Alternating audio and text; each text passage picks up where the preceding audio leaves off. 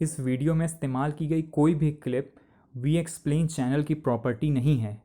इसे हमने सिर्फ मूवी एक्सप्लेन करने और मूवी को प्रमोट करने के लिए किया है। इन क्लिप्स के सारे राइट्स इट चैप्टर 1 के डायरेक्टर और प्रोड्यूसर्स के पास हैं।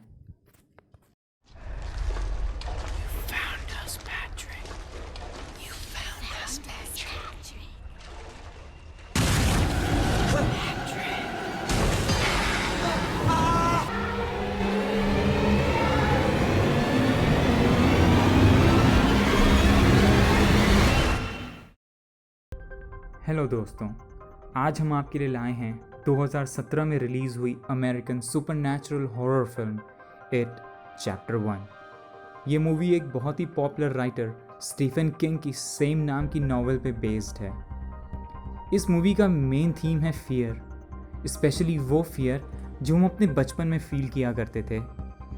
इस मूवी में 7 सेंट्रल कैरेक्टर्स हैं जो किसी न किसी टाइप के पर्सनल फियर के शिकार हैं। इस मूवी में वो अपने इन्हीं फियर से लड़ते हैं और कोशिश करते हैं बचने की एक क्लाउन से। क्लाउन्स जनरली फ़नी होते हैं और बहुत पहले से मूवीज़ उन्हें फियर फैक्टर की तरह यूज़ करती रही है, पर इस मूवी में क्लाउन को जितना ज़्यादा डरावना दिखाया गया है उतना शायद ही किसी और मूवी में दिखाया गया हो। मूवी शुरू होती है 6 साल के जॉर्जी से, जो कि हमारे मेन कैरेक्टर बिल का छोटा भाई है। जॉर्जी बारिश के पानी में कागज़ की नाव से खेल रहा होता है। तभी उसकी नाव एक सीवर में चली जाती है। वो अपनी नाव को खोजने के लिए सीवर के आसपास घूम ही रहा होता है कि अंदर से एक क्लाउन झांकता है। जॉर्जी डर के पीछे हट जाता है, पर वो क्लाउन उसे अपने पास बुलाने लगता है। यहाँ पे हम पहली बार इस सुपरनैचुरल बीइंग से इंट्रोड्यूस होते हैं। वो जॉर्जी से बात करते करते अपना नाम पेनीवाइज द डांसिंग क्लाउन बताता है।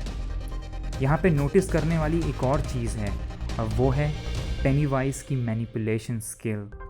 वो थोड़े ही टाइम में जॉर्जी से फ्रेंडली हो जाता है और उसे उसकी खोई हुई नाव दिखाता है। यहाँ वो जॉर्जी को पास आने का लालच देता है, और जैसे ही जॉर्जी अपनी बोट लेने के लिए हाथ आगे बढ़ाता है, पेनीवाइज उसका हाथ काट के अलग कर देता है और उसे सीवर में वापस अंदर खींच लेता है। कहानी आगे बढ़ने पर हम बिल के फ्रेंड्स रिची, स्टैनली और एडी से इंट्रोड्यूस होते हैं। ये चारों ही स्कूल में बुली होते हैं और ये अपने ग्रुप का नाम लूज़र्स क्लब रख लेते हैं। हमें आगे दिखाया जाता है कि कैसे ये सब किसी न किसी चीज़ से डरते हैं। थोड़े ही टाइम बाद इनके ग्रुप में 3 लोग और ऐड हो जाते हैं, बेन, बेवर्ली और माइक। बिल का ग्रुप बेन और माइक को बुलीज से पिटने से बचाता है और तभी वो इनके दोस्त बन जाते हैं। बेवर्ली भी ग्रेजुअली इनके ग्रुप का पार्ट बन जाती है। आगे बढ़ने से पहले हम इन सभी कैरेक्टर्स के बारे में थोड़ा बहुत जान लें, ये ज़रूरी है। अपने भाई की डेथ के बाद बिल इसके लिए खुद को जिम्मेदार मानने लगता है और वो अपने भाई को खोजने की कोशिश करता रहता है, क्योंकि वो नहीं मानता कि उसका भाई अब इस दुनिया में नहीं रहा। उसकी इन हरकतों से उसके पेरेंट्स उस पर गुस्सा भी करते हैं, बट उसको अपने फ्रेंड्स का काफ़ी सपोर्ट मिलता है। स्टैनली एक ज्यूइश फैमिली को बिलोंग करता है जो कि काफ़ी रिलीजियस है। स्टैनली के फादर काफ़ी स्ट्रिक्ट हैं और वो उसे अपनी रिलीजियस बुक्स याद करने के लिए प्रेशर करते हैं, लेकिन स्टैनली का मन इन सब में नहीं लगता। वो अपने फादर के कमरे में लगी एक पेंटिंग से काफ़ी डरता है। एडी को हमें बीमार दिखाया गया है। वो हर समय अपने साथ कई सारी दवाइयाँ लेके चलता है और उसे बहुत सारी चीज़ों से एलर्जी भी है। मूवी में हम ये भी देखते हैं कि एडी की माँ काफ़ी ज़्यादा ओवर प्रोटेक्टिव है और शायद यही कारण है कि एडी एक डरा हुआ और रिस्क लेने से घबराने वाले टाइप का लड़का है। रिची यूँ तो बहुत बोलने वाला, मजाक करते रहने वाले टाइप का लड़का है। सीरियस मोमेंट्स पे भी मजाक करना उसकी आदत है। अपनी इसी आदत की वजह से वो कई बार मुश्किल में भी फंस चुका है। यूँ तो रिची को किसी खास चीज़ से डर नहीं लगता, पर उसके अंदर भी एक छिपा हुआ डर है, भुला दिए जाने का डर। उसको ये डर है कि अगर वो कभी गायब हो गया तो लोग उसे बहुत जल्दी भुला देंगे।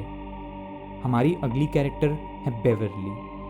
ये भी बिल के ही स्कूल में जाती है और बुलीज के टारगेट पे रहती है। बेवर्ली दिल की साफ, फ्रेंडली और केयरिंग टाइप की लड़की है, लेकिन बेवर्ली के घर के हालत अच्छे नहीं हैं। उसकी माँ नहीं है और उसका फादर उसे बहुत अब्यूज़ करता है। इसी वजह से बेवर्ली उससे बहुत ज़्यादा डरती है।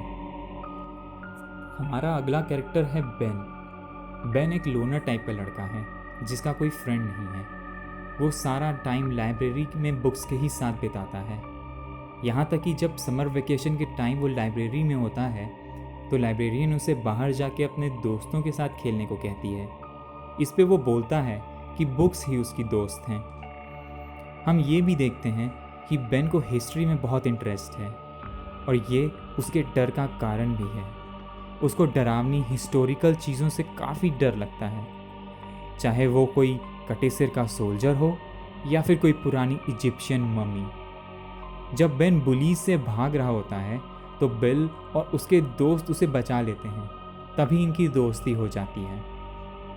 हम आगे देखते हैं माइक को, जो कि एक मीट फार्म पे काम करता है, पर उसको जानवरों को मारने में बहुत डर लगता है। इसी वजह से वो कई बार डांट भी खा चुका है। एक बार जब उसको बुलीज मार रहे होते हैं तभी सारे लूजर्स उसे बचा लेते हैं। माइक का फियर है उसको कई सारे शैडोज़ दिखाई देना। उसको कभी कभी दिखाई देता है दरवाजे के अंदर से कई सारे जले हुए हाथ बाहर आने की कोशिश कर रहे हैं और उसे पकड़ना चाहते हैं। उसे कई बार पर्दे के पीछे फांसी पे लटकता हुआ इंसान भी दिखाई देता है। अब हम स्टोरी में आगे बढ़ते हैं। ये सभी लोग जिस टाउन में रहते हैं उसका इतिहास रहा है बच्चों की किडनैपिंग में, और आज तक उन बच्चों का कोई पता नहीं चला। इसी रीज़न से बिल को लगता है कि उसका भाई भी अभी ज़िंदा है और उसका सिर्फ किडनैप हुआ था। वो अपने दोस्तों के साथ उसको खोजने की प्लानिंग करता है। वो सब देखते हैं कि ज़्यादातर बच्चे और जॉर्जी जहाँ से गायब हुए वो सीवर के पास थी। टाउन के मैप पे वो देखते हैं कि जहाँ पे सारे सीवर लाइंस मिलते हैं वहाँ पे एक बहुत पुराना घर है। वो सब उस घर की तलाशी लेने का फैसला करते हैं। जब वो लोग वहाँ सर्च कर रहे होते हैं तभी पेनीवाइज उन पे अटैक कर देता है। इसी में एडी का हार्ट भी टूट जाता है। सारे बच्चे जैसे तैसे करके वहाँ से भागते हैं। बाहर निकलने पर उनमें लड़ाई हो जाती है और वो बिल को ब्लेम करने लगते हैं कि उसी की वजह से अब पेनीवाइज उन सबके भी पीछे पड़ गया है। इसके बाद सब अपने अपने घर चले जाते हैं, पर उन सबको ये नहीं पता कि पेनीवाइज अब उन सबको इंडिविजुअली टारगेट करने वाला है और उन सबके डर का उन्हीं के खिलाफ यूज़ करेगा। बिल के सामने वो उसका छोटा भाई जॉर्जी बन के आता है और उसे पकड़ने की कोशिश करता है। स्टैनली के सामने पेंटिंग वाली औरत, एडी के सामने ज़ॉम्बी और बेवरली के सामने उसका फादर बन के आता है। बाकी सारे बच्चे तो बच जाते हैं, बट पेनीवाइज बेवरली को उठा के ले जाता है। जब सारे बच्चों को ये बात पता चलती है तो वो डिसाइड करते हैं कि वो अपने इंडिविजुअल फियर पे जीत हासिल करेंगे और अपनी फ्रेंड को बचाएंगे। वो सभी दोबारा पेनीवाइज के हाइड आउट पे पहुँचते हैं और वहाँ पे एक कुएं के अंदर उतरते हैं। यहाँ पेनीवाइज उन सबका इंतज़ार कर रहा होता है और वो जैसे ही नीचे उतरते हैं वो उन सबको अलग अलग कर देता है। अब इन सारे बच्चों को अपने इंडिविजुअल फियर से लड़ना होगा और जीतना होगा। हम इसी सीन में देखते हैं कि बेवरली ज़मीन पे बेहोश पड़ी है। जब उसे होश आता है तो वो अपने सामने एक बहुत ही बड़ा डेड बॉडीज़ का ढेर देखती है, जिसमें से कि कई डेड बॉडीज़ हवा में तैर रही होती हैं। ये सीन काफ़ी इंटेंस है और गूज़बम्स देता है।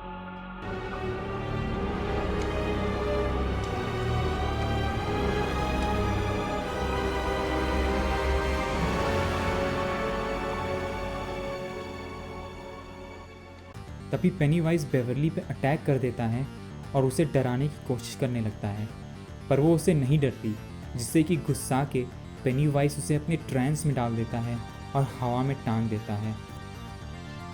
उधर बाकी बच्चे भी अपने अपने डर से लड़ने की कोशिश कर रहे हैं और फाइनली वो सब जीत के उस मेन एरिया में पहुंच जाते हैं, जहाँ पर वो देखते हैं कि बेवरली हवा में लटकी हुई है।